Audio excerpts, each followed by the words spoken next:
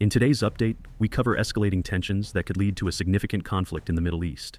Stay with us as we cover the most critical developments. US and Israeli officials have raised alarms about a likely large-scale, coordinated attack by Iran targeting Israel. This attack is expected within days, with sources suggesting it may coincide with the Jewish holiday Tisha B'Av. Israeli intelligence believes that Lebanese Hezbollah will likely strike first, followed by a direct Iranian attack. The expected assault is predicted to be larger than the drone and missile attacks seen in April 2024, with possible targets including military sites near civilian areas. The situation remains highly tense as both nations prepare for imminent conflict. The United States has taken significant steps to bolster its military presence in the Middle East in response to the impending Iranian threat. On August 12, the U.S. deployed the USS Georgia, a guided missile submarine, and accelerated the deployment of the USS Abraham Lincoln Carrier Strike Group, equipped with F-35C fighter jets, to the region. This move follows a call between U.S. Secretary of Defense Lloyd Austin and Israeli Defense Minister Yoav Gallant, in which Austin emphasized the U.S. commitment to Israel's defense. The deployment underscores the seriousness of the threat and the potential for escalated conflict. Iran is poised to deliver hundreds of ballistic missiles to Russia, reinforcing Moscow's efforts in the ongoing Ukraine conflict.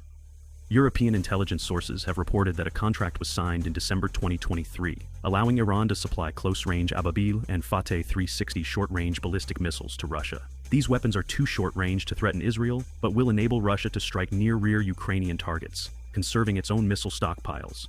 Iranian officials have been training Russian personnel in Iran on how to operate these systems, further deepening the military ties between the two nations.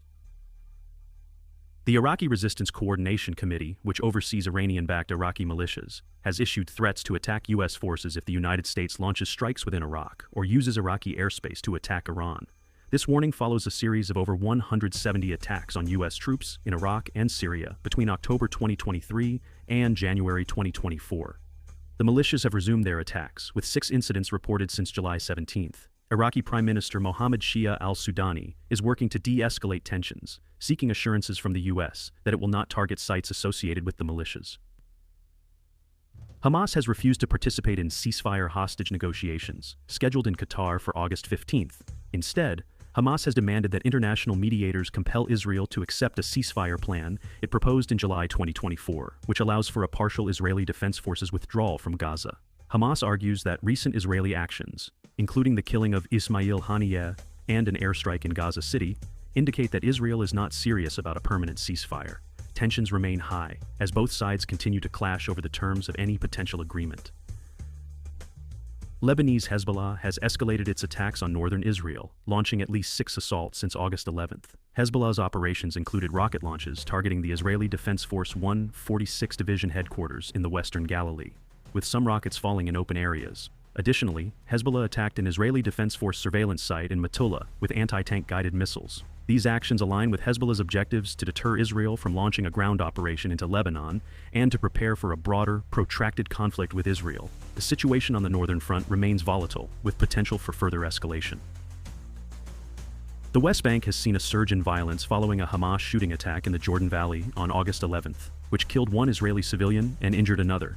Israeli settlers retaliated by attacking Israeli Defense Force personnel and Palestinians, setting fire to Palestinian vehicles and pelting stones at Israeli Defense Force forces. Meanwhile, Israeli forces have engaged Palestinian fighters in multiple locations across the West Bank, including Jenin, Jericho, and Tulkarm. The Israeli Defense Force is considering establishing a new division along the Jordanian border to address growing security threats, highlighting the increasing instability in the region.